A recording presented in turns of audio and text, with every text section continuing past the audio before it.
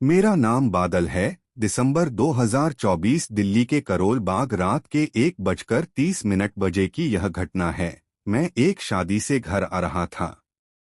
साल के इस समय दिल्ली में सर्दियों का मौसम शबाब पर होता है। गली में कुछ कुत्तों के अलावा कोई भी नहीं था। हर तरफ एक अजीब, डरावना और डसने वाला सन्नाटा पसरा हुआ था।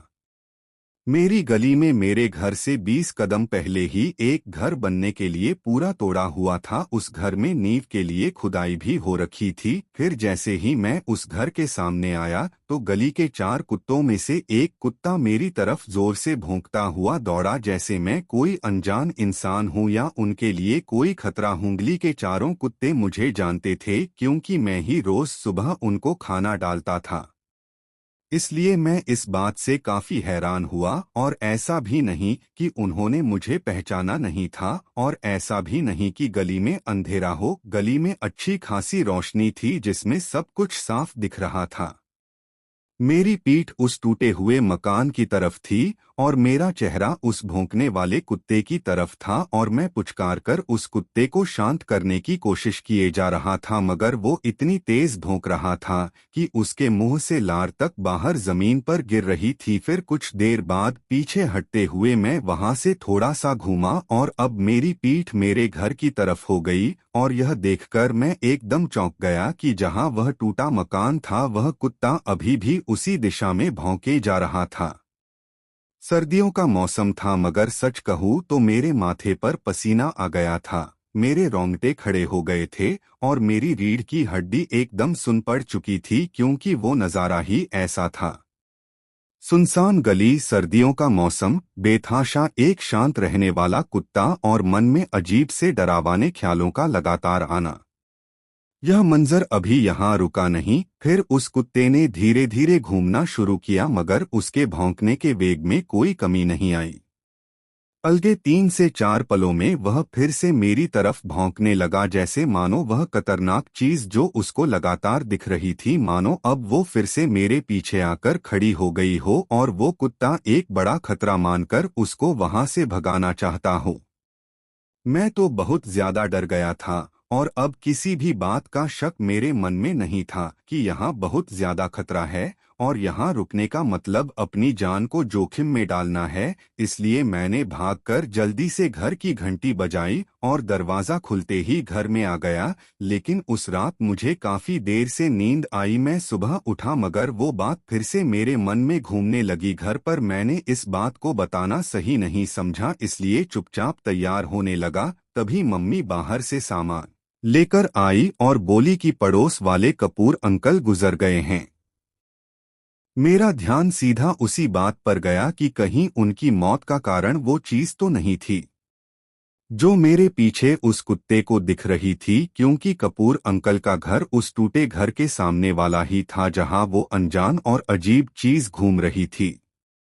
मैं सुबह ही कपूर अंकल के घर वालों से मिला और उनकी मौत का कारण जानने लगा, तो उनके बेटे ने बताया कि पापा तो एकदम ठीक थे, बस रात को पेशाब करने उठे होंगे तभी उनका हार्ट फेल हो गया और वो टॉयलेट के बाहर ही गिर गए, जिसकी आवाज से हमारी मम्मी उठ गई और शोर मचाकर हमें भी उठा दिया। फिर हम पापा को तभी अस्पताल ले गए जहां डॉक्टर ने उन्हें मृत घोषित कर दिया। फिर मैंने कपूर अंकल के बेटे से उनके हार्ट फेल का टाइम पूछा तो उसने कहा कि लगभग 2 बज रहे होंगे। उस समय यह जानकर मुझे मेरा शक यकीन में बदलते हुए दिखा। कपूर अंकल की मौत के बस 3 या 4 ही दिन और बीते हों। संडे की मेरे ऑफिस की छुट्टी थी, इसलिए मैं शनिवार की रात को देर तक जागकर एक हॉलीवुड की फिल्म देख रहा था। काफी देर से मुझे उसी कुत्ते की आवाज आने लगी। पहले तो मैंने सोचा कि वो 4 कुत्ते आपस में लड़ रहे होंगे, मगर कुछ देर बाद आवाज लगातार उसी कुत्ते की आती रही। तो मैंने गेट खोलकर देखा तो मैं हिल गया। मैंने देखा कि वो कुत्ता उसी टूटे घर के सामने फिर से बुरी तरह भौंके जा रहा है। उस समय घड़ी में 1 बजा था। मैं अपने दरवाजे पर यह जानने के लिए कुछ देर रुका कि कहीं कोई जीव या इंसान तो वहां नहीं है जिसको देखकर वो कुत्ता भौंक रहा है, मगर मुझे वहां कोई नहीं दिखा और मेरा डर और पुख्ता हो गया। फिर मैंने दरवाजा बंद करके घर के अंदर आना ही ठीक समझा। मेरी यह रात भी काफी लंबी रही। मैं सुबह 4 बजे ही सो सका। फिर मैं सुबह उठते ही सबसे पहले गली में गया तो देखा कि इस बार उस टूटे घर के अगले मकान में एक जवान लड़का जो जिम चलाता था वो मर चुका था। उसके घर से दहाड़े मारकर रोने की आवाजें पूरी गली में आ रही थी। वो मंजर सच में बहुत भावुक और डरावना था। मैं भी सबकी तरह गली में जाकर उनके घर के सामने टेंट के अंदर बैठ गया और पड़ोसियों से बात करने लगा। तभी एक लड़के ने बताया, जो उस मरने वाले लड़के का दोस्त था, कि कल रात शनिवार को हम सब लोग पार्टी कर रहे थे, मगर मैं पार्टी से जल्दी घर आ गया। मगर पुनीत पार्टी करके रात 2 बजे घर आया और उसकी बहन ने दरवाजा खोला तो इतनी सर्दी में पुनीत को पसीने से भीगा देखा। बहन के पूछने पर पुनीत ने कहा कि पता नहीं, बस अभी घर के पास आने पर ही ऐसा होने लगा है। मेरा दिल घबरा रहा है, इसलिए मैं जल्दी से सोने जा रहा हूँ। पुनीत कल रात ऐसा सोया कि उठा ही नहीं। यह कहकर पुनीत का दोस्त जोर से रोने लगा। यह 2 घटनाएं मेरे सामने हुई जिसका जवाब मेरे पास नहीं है। उस घर के टूटने से कोई बुरी शक्ति आजाद हुई या उसकी नींव में कुछ ऐसा दफन था जो बहुत खूंखार और खतरनाक है और अब आजाद घूम रहा है।